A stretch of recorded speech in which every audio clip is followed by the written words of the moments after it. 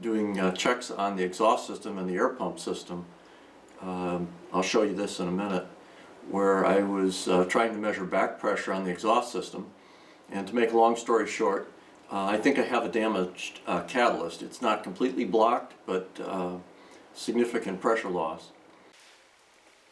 So to start with, discussion about back pressure. I haven't shown this on tape, but if you take a look at, this is one of the hoses from the air pump system, and you can see this is the check valve for the air pump.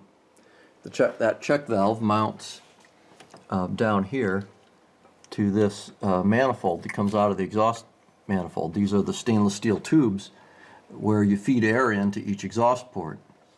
So what I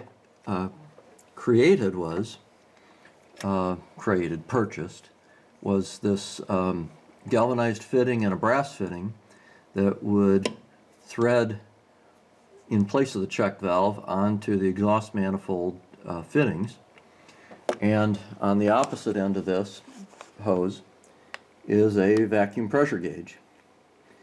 And that gives you the ability to read the pressures off of all of the cylinders. You'll get all the pulsations, but you can read back pressure pretty nicely.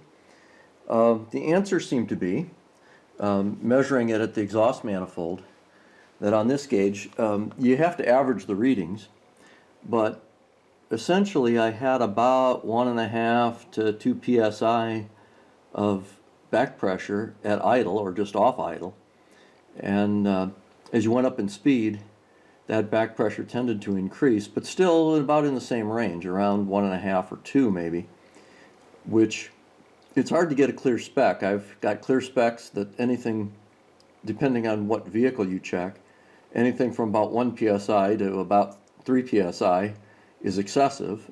Beyond that is excessive. And in the 80s, there was an Oldsmobile service bulletin that said if it was more than 1.25, you should replace the catalyst, and that was the old bead-style catalyst. So that seemed to be too much. So then I put this one back together, and I put this fitting on. This is a three-way catalytic converter.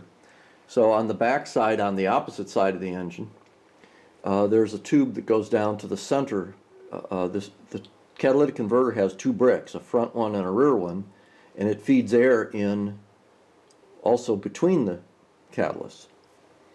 And so I put my fitting on to read the pressure at the middle of the catalyst, and it was essentially 0. It oscillated between 2 psi plus to 2 psi minus and averaged out to be 0, which again gives me some suspicion that the front half of the catalyst may not be doing its job and may be obstructing and restricting the exhaust.